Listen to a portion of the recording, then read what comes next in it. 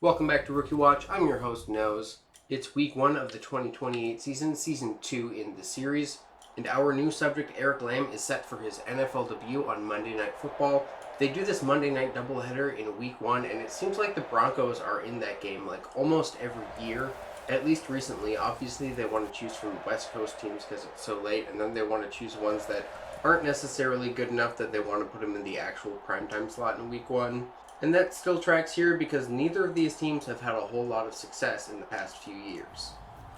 In real life, Hackett got fired after getting blown out on Christmas. Instead, he's stuck around and been mediocre, sub 500 over 6 seasons, only 2 winning seasons. Looks like he got to the playoffs both times and managed to win a game each time. I'm not sure how much to trust that, considering that the Chargers coach somehow is 11-11 in the playoffs with 1 winning season. The Raiders managed to fire McDaniels, but their coach in the meantime, somebody Gregory, has just been slightly sub 500, 1 winning season. Apparently I lost the clip, but I did set Hackett's goal to reaching the playoffs because that should for sure be his goal this year. He's got the second year quarterback. And if we don't make the playoffs, I kind of want to see him get fired. In the meantime, we're going to have a goal to keep the Raiders under 200 yards passing. I don't know what year they think this is, that's a reasonable goal. We are going to be playing against Kevin Blackman, who was a rookie last year, played about half the year.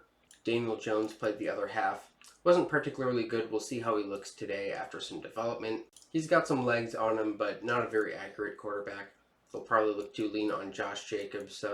Rashawn Whiting is the top receiver, doesn't look like a huge threat. The rookie Jabari Harrison will start over Donovan Bryson, though we'll see him as well.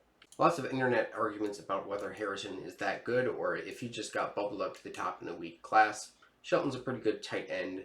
Colton Miller has developed into a very good left tackle, and we are going to be worried more about the offensive lines in this season as opposed to last year when I pretty much just skipped through them. I'll try to go through these a little faster, but I was trying to stop and look at the pass blocking power. I'm going to be watching out for when Lamb is lined up from the center because he's not a good power blocker on passing plays. It does look like a pretty decent line though. And then we'll just speed through this defense real quick. It looks really pretty mid. They've got a good right end here in Waters. And then Max Crosby is the one other good player in the front 7. And then their cornerback room is alright. Got a good top guy in Hobbs, just drops off quick. A couple good safeties, but that front 7 looks pretty weak to me. And they have a superstar punter. I'm trying to figure out the cadence for this a little bit. If I'm not going to spend that long in-game, then I shouldn't spend very long pre-game either. But maybe we should at least know our own division. Looks like a lot of pass rushers. I'm assuming that's what those linebackers are in the top 10. We'll just kind of go through each position, some quarterbacks as well. Not super convenient as we're playing kind of a pass rusher, although he's a little more of an interior guy this year. Of course, we've already done a quarterback. Very weak receiver class. Only an option each at halfback and tight end in the first round. We've got like 5 defensive ends, including 1 in the top 5. Defensive tackle, don't think we're going to be doing that next year. Although Hitchens has like 4 inches on Lamb. 2 outside linebackers in the top 5, 2 more solidly projected in the first round. I have to assume those are really edges, but if they're off-ball linebackers, that could be really interesting. 1 middle linebacker, and then the secondary class is pretty weak. We'll check in on this again next video sometime.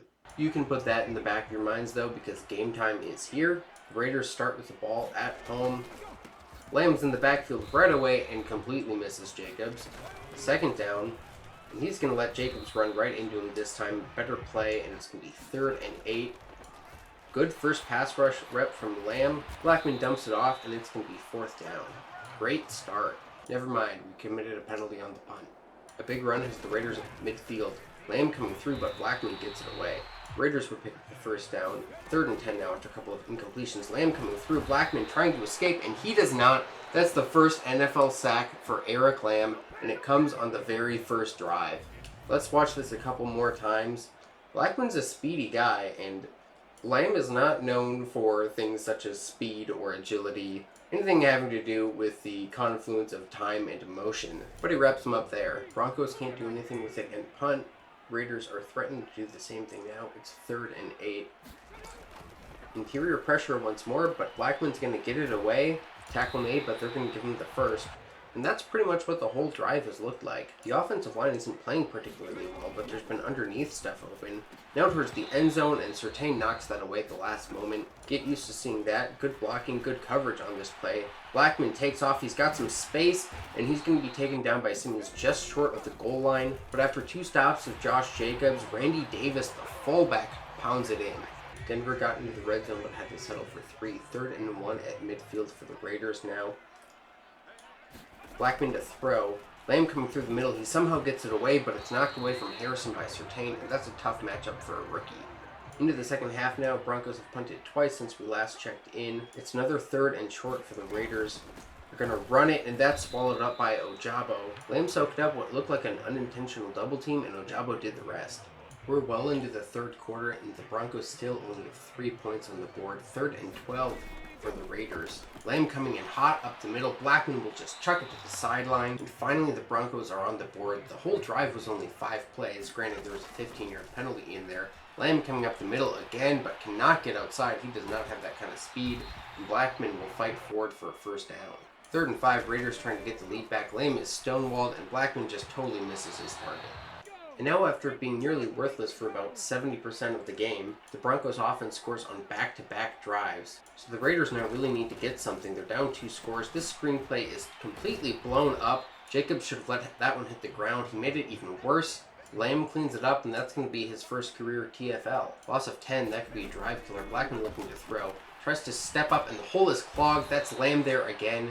His 2nd sack of the day. We all knew he had potential, but I don't think anybody saw this coming. 3rd and 22, all of that lost yardage accounted to Lamb. Not that he didn't have help.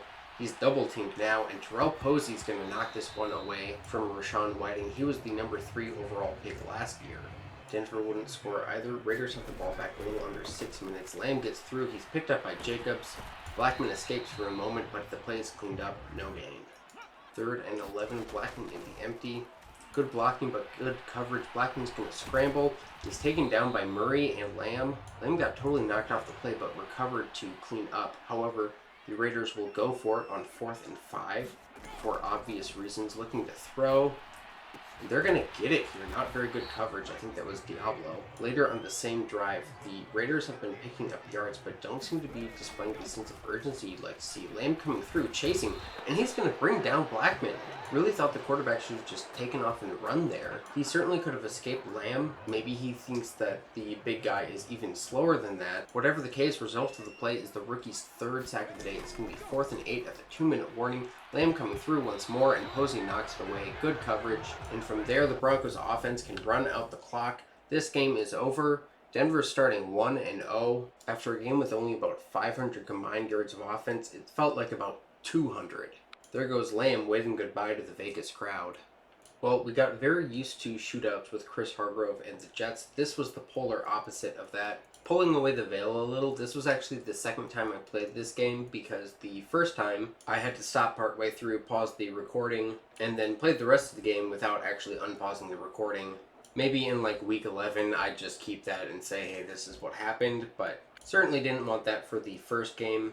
In that alternate universe, we won 24-3. Broncos offense struggled a lot less, and Blackman was quite bad. I actually thought he did pretty well in this game, all things considered. Surtain and Posey is just an insane combo in man coverage, especially against a low-end receiving core like this one. Erik Lamb, though, an amazing day. Those preseason games set my expectations pretty low, so I was not expecting this really at any point in the season. This one made me really enthusiastic to keep playing with Lamb. And they say it's a passing league, and they say it's an offense-first league. The Raiders didn't even get 200 offensive yards. Just don't look at our offensive stats either. Erik Lamb, by the way, currently leading the league in sacks. Did not pick up Player of the Week. However, Allen Bailey got Offensive Player of the Week with over 400 yards and 6 total touchdowns, 11 yards per attempt. And guess who we're facing next week? Yep, it's the Chargers. First, though, we are going to have an early upgrade for Erik Lamb, no surprise. Some acceleration is nice. I don't know if the finesse moves help because he doesn't have the finesse moves trait, but another +2 to power moves is going to be excellent. Bailey is a third-year quarterback, number 8 overall in 2026. which to me means he was either a reach or hasn't developed very well. He does have normal dev. This team got blown out 56-10 in the divisional round by the Chiefs last year. Seems like they bottled that frustration up all offseason and unloaded it on the Bills, who they beat 56-30. Honestly, I don't know how this offense does not look that good. Their only receiver over an 80 is 1 million year old Mike Williams. They do have a decent offensive line. Ron Mitchell is their first round pick. His ratings look quite good for a rookie interior lineman. Although it does look like their right tackle will be the weak point in this offensive line, especially in the passing game. We'll flip through the defense quick. They do have a 3-4. These interior guys do not look great. Bosa, of course, is very good. Kenneth Murray has developed well, and they've got a couple quite good cornerbacks and very good safeties. So we might be in for another defensive slugfest. Well, maybe I'm wrong. The Broncos go ahead and score a touchdown on their opening drive. A 6-yard run by the backup tight end, definitely not on my bingo card. First play for the Chargers, slinging it downfield, and it's 20 yards to Ronald Neighbors. Kind of a funky arm motion from Bailey, but it's effective. Now McLeod runs into his own blockers, and he's taken down by Lamb. Nice little run stop there for the young defensive lineman. McLeod had a nice run the next play, 3rd and 1 now. And Lamb avoids a few blockers to make the play, and McLeod is going to be just short, 4th and inches. We've seen him show up a lot in the pass game, now he shows up in the run game. The Chargers tried a 62-yard field goal on 4th and inches. Odd choice, they missed, and the Broncos scored in 4 plays with good field position. Now Lamb coming through in the play action. Bailey dumps it off to Sherman, and it's actually a decent gain. Skipping ahead, they've been passing the ball pretty well on this drive. Bailey looking good, nearing midfield as we near the end of the first quarter. Bailey drops back, throws it up, and that's picked by Simmons. Not a good decision, might have been something there, but he threw it too early and too short. Denver goes 3 and out, but a good punt pins the Chargers at the 2. The Broncos smelling blood. Good blocking up front, and McLeod might be gone. Broncos are chasing, but they're not going to get there. And a big part of this 98-yard touchdown is that Erik Lamb got completely blocked out of the play. That's the first big negative we've seen for him. Denver converted 2 4th and 1s en route to a red zone trip. However, an interception by J.C. Jackson gives the Chargers the chance to tie. Lamb gets into the backfield on this one, but the run's going the other way. He's not going to chase him down. 17 more yards from McLeod. Starting to feel like the Chargers are taking all the momentum back. Bailey to throw, and he throws it straight to Divine Diablo. Just a straight miss of Mike Williams who makes the tackle. That's an unforced error. Well, we had a couple uneventful 3 and outs. The Broncos just had a drive going, but Rosenberg threw his second pick of the day. Chargers with a chance to make something happen before halftime. They'll get across the 50 here and call a timeout. 36 seconds, 2 timeouts. Bailey takes the snap, looks left, fires left, into the middle of 3 men, and it's the rookie safety LaShawn Wiley who comes down with it. That's his first career pick. Not a good decision for Bailey. That would effectively end the first half. Chargers do get the ball to start the second half. Still a 1-score game after a nearly scoreless second. Back to the run game, and Lamb clobbers McLeod. What a hit. I'm no professional, but I think maybe somebody should block him next time. This Chargers offense is no cupcake, though. They keep the chains moving. Second down now. Lamb splits a double team, and Bailey somehow got that one away, and they're even going to get a first down on it. Good fight from the tight end Stafford there.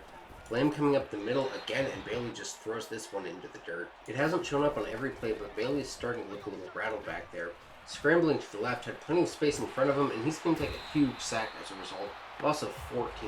Most righties have trouble throwing the ball when rolling to their left, but you gotta factor that in when you're trying to escape the pocket. Way back here, probably just playing the yardage game at this point. Bailey gonna scramble left again. Lamb and Brown giving chase. He just heaves it over the middle of the field. Nobody's there, and Wiley puts a little spice on his second career interception.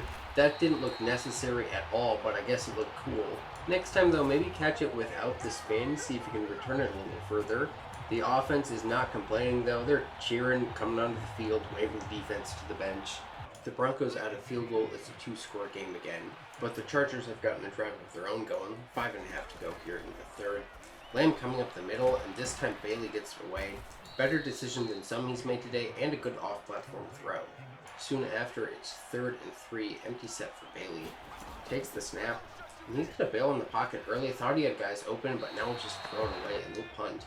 Broncos would wind up adding 3 more. We're now into the fourth quarter. Bailey looking to throw here. Draymond Jones pushing a double team into his face, but gets the ball away. Nice play there. Much later on the same drive, Bailey has gotten a lot of pressure and he's taking care of it well. They're dinking and dunking their way down the field. Play action, Lamb coming in hot, but McLeod picks him up, and that's a good pass to Mike Williams. Bailey finally starting to look like he did last week on this drive. First and goal from the 8. Bailey looking to pass again, dancing around the pocket, running outside. He's going to scramble. No, he throws it to Neighbors, and he's going to be just short of the goal line. Second and goal inside the 1. They'll pass. Broncos were expecting a run, and that's an easy touchdown for Sherman. It's a 6-point game. However, the Broncos got their first touchdown drive since the first quarter. 2-point conversion as well, and took a ton of time off the clock to conclude, only a minute and a half to go. Lamb was steaming up the middle again, but Bailey got it away. And skipping ahead, the Chargers have picked up some good yardage on this drive, but 10 seconds left, no timeouts. This one's just about in the books. Bailey's just going to dump it off to McLeod. He's tackled inbounds, and that will end the game. The Broncos improved to 2-0, both divisional wins, and this defense is looking maybe as good as it's been since their last Super Bowl win. Pretty inefficient day for both quarterbacks overall. That last drive helped Rosenberg's numbers a lot, but he was just really inconsistent. 2 picks of his own, which definitely hurt. 37 attempts. Bailey had a really bad day with 4 picks. He did pick it up later, but his first half was just so bad it was hard to come back from. Good running day for both teams, although McLeod had most of his yards on like 2 carries. Neighbors and Judy, the top 2 receivers. Less exciting day on the stat sheet for Lamb. He did have that fun clothesline TFL. If you don't count that weird screen pass from the last game, that's his first real one. I actually thought that he was maybe better in this game. Bailey was just a lot better at getting rid of the ball. Due to a scheduling quirk, the Broncos are set for an early rematch with the Raiders. Vegas took a loss to the Titans last week, 42-30, much more high-scoring game. Blackman threw for almost 400 yards, had a touchdown, but also had 3 picks and was sacked 5 times. Las Vegas gets the ball first. A nice run to start. It's now 2nd and 3. Blackman drops to pass, fires left and wildly. Rashawn Whiting was open, but Blackman completely missed him. That does not look like a guy who might throw for 400 yards today. 3rd and 3. Blackman throwing quickly short over the middle into traffic, and it's broken up. The Broncos galloped right down the field and scored a touchdown. The Raiders have picked up a first down. This drive is looking a little more promising. It's going to be a run to Jacobs, and Lamb is there.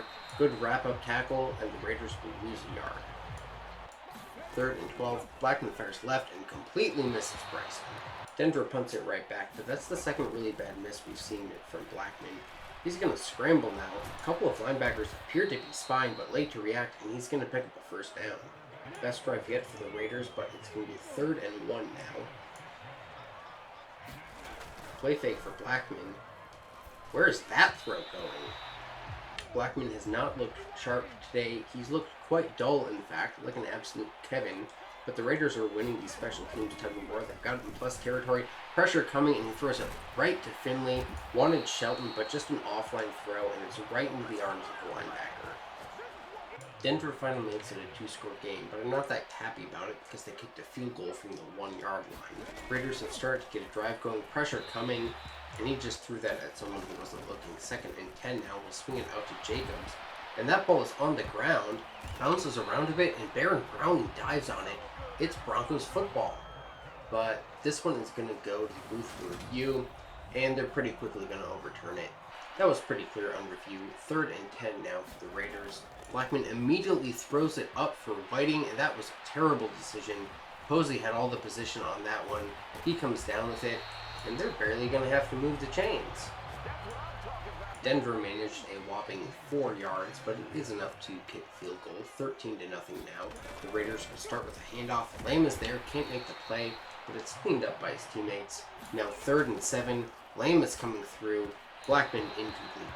The Broncos amazingly just drove 96 yards to score, mainly due to 2 catches by John Pierce for over 50 yards. Raiders are just trying to get on the board before the half, and Blackman does not have the arm for that.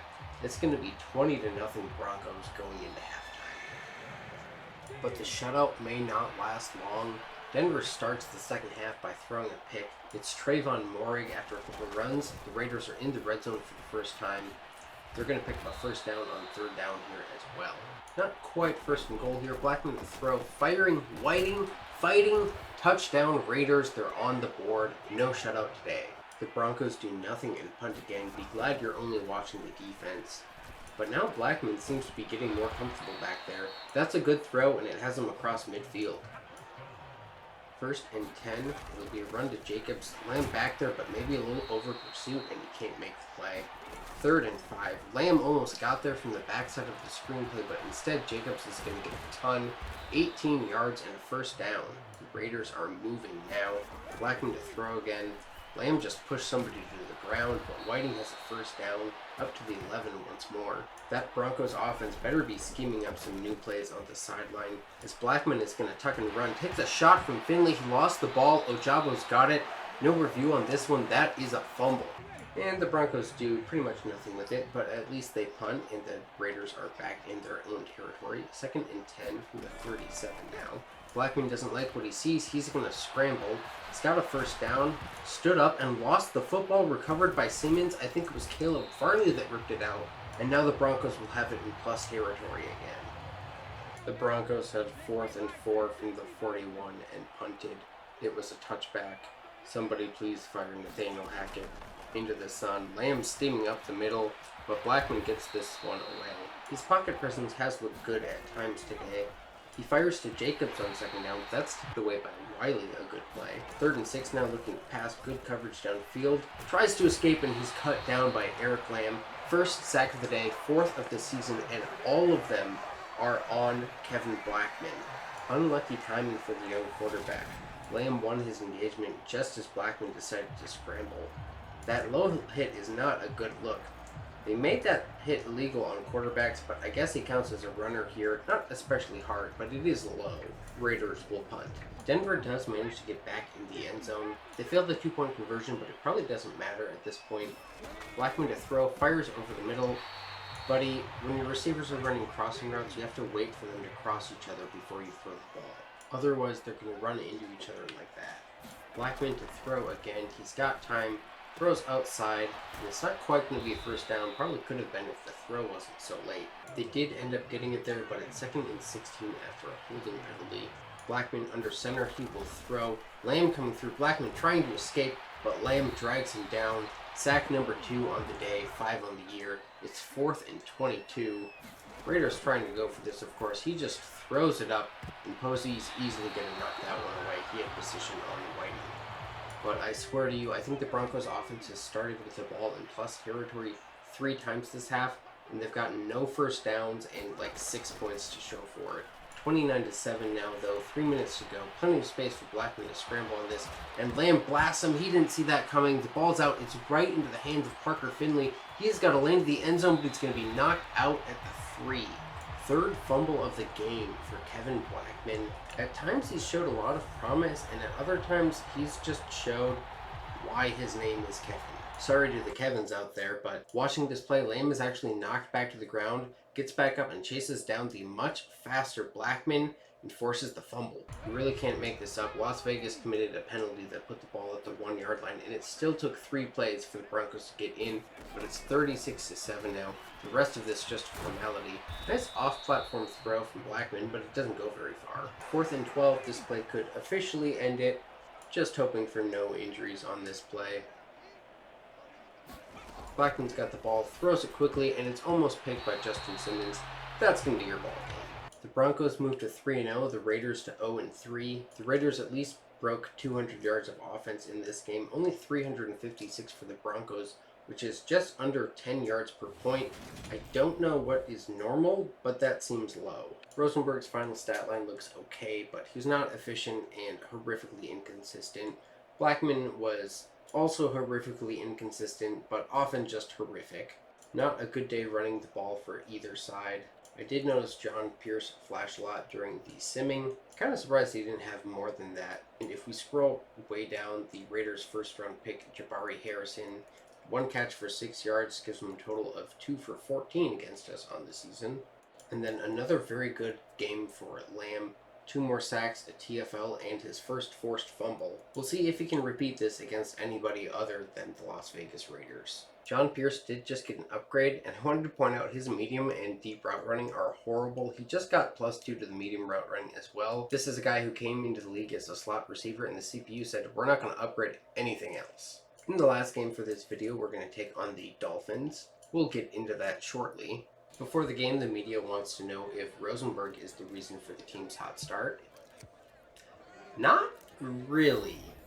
Let's take a look at the Dolphins roster. They're starting a rookie in Brett Bailey. I did not look at this guy at all while scouting. He was the 6th pick in the 2nd round. Not a high overall, hasn't played great, but the Dolphins had a horrible QB situation last year, and at least this has some upside to it. Really athletic, arm is not great, but decent accuracy for a guy taken where he was. And he's got a great wide receiver room to work with. Despite the retirement of Tyreek Hill, Jalen Waddle is healthy after missing a lot of last year, and Parham had a very good rookie season. Andrew Drew, the former Jet, is here. Offensive line is looking okay. Their starting center is out, but they've got a rookie 3rd round pick with hidden dev starting in his place. Not good against power rushers though, something to watch. Could he be an X factor like the Jets' Danny Lloyd? Seems unlikely, but you never know.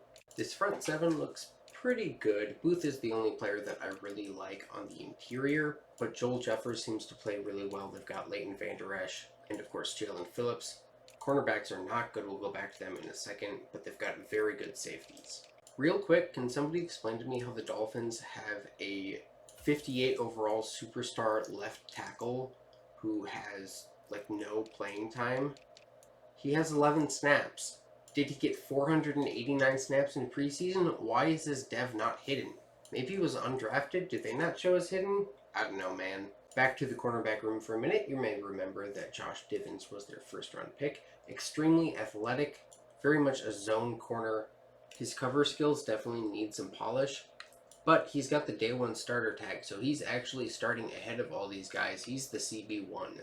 And by the way, Oklahoma, he was Eric Lamb's teammate. The Finns will get the ball first at home. Brett Bailey comes out in the gun. David Bass next to him. It's a read option. Lamb and Ojabo going the wrong way. They can't catch up, but Surtain makes the play. Miami gets good yardage on a 2nd down run, but it's 3rd and 4 on the opening drive. Bailey looking to throw. Fires left. It's a good throw, but dropped by Parham. New drive for Miami after the Broncos don't do anything. Browning got a sack on the first play, and he's going to get a tackle here. Lamb clogged up the running lane on that one, 3rd and long. Bailey throws it up, and Parham's going to play defense on this one. Denver gets into the end zone on their 2nd drive. They take a 7-0 lead. Eric Lamb coming in hot again, but Bailey makes a good throw. Holcomb's wide open, and that's a great play for the rookie quarterback. Miami is driving there now across midfield. It's the start of the 2nd quarter. Dolphins going empty on 2nd and 4. Lamb coming right up the middle, and he takes down Bailey. Sack number 6 for the 11th overall pick. That was double rookie on rookie violence. If you can't keep it straight, that's the 1st round pick Lamb beating the 3rd round center Farrell off the line and taking down the 2nd round quarterback Brett Bailey. It's going to be 3rd and 10 now. Dolphins trying to salvage this drive. Bailey will throw short to Drew. He's been something of a safety blanket today, but short of the line. Miami tried the long field goal, missed, and Denver took the good field position, turned it into a field goal of their own. 10-0, pressure coming, 360, no scope. Parham's got the catch, and now I want to see Brett Bailey play against Kyler Murray. New set of downs for the Dolphins. Pressure coming from Lamb off the edge, and this throws off the mark. Dolphins offense has had some good plays though. They've got another 1st down here. And Lamb's coming up the middle. That one is caught. No, Surtain knocked it out the last second. He's unbelievably good in tight coverage. 3rd and 10. Happy feet for Bailey back here. Looks like Lamb's getting held. No flag. And it'll wind up as a sack for Finley. Broncos wind up punting it right back. The Dolphins have the ball in just about the same spot as before. Just 2 less minutes on the clock. It'll be a handoff to Bass, and boom goes the dynamite. Lamb gave him a shot. He fumbles. It's going to be Broncos football. He did the same thing to Josh Jacobs last week, but Bass is a lot smaller and could not hold on. Denver with good field position had 1st and goal at the 4, wound up kicking a field goal from inside the 10 once again. 13-0 now. Bailey feeling the pressure. Dances outside and he'll throw this one away. Actually got a block pickup from Bass, which is admirable considering that Bass just got murdered by Lamb and then wouldn't block him there. That's a difference of 100 pounds. But Bailey's playing scared, almost runs into a sack, and that's another throwaway. 3rd and 10, we'll see if they actually try to pick up the first here. They'll just run it up the gut. And what is Erik Lamb's beef against David Bass? He just blew that poor man to smithereens. For the 2nd straight week, it's a shutout at halftime for the Broncos. Offense actually started the half with the ball, but didn't get anywhere. Dolphins already have 3rd and 8, dumping down, and Bass isn't going to get there. Good play by Surtain to make the tackle. Broncos at a field goal. Matt Murray just got his first sack of the year, but here's Double Drew, and he's got a first down. Not good coverage from Parker Finley. Skipping ahead to 7 and 8, Lamb giving pressure, and there's a hit from Finley, making up for that last play. It's going to be 3rd and 8 now for the Dolphins. At their own 37, Bailey looking to throw.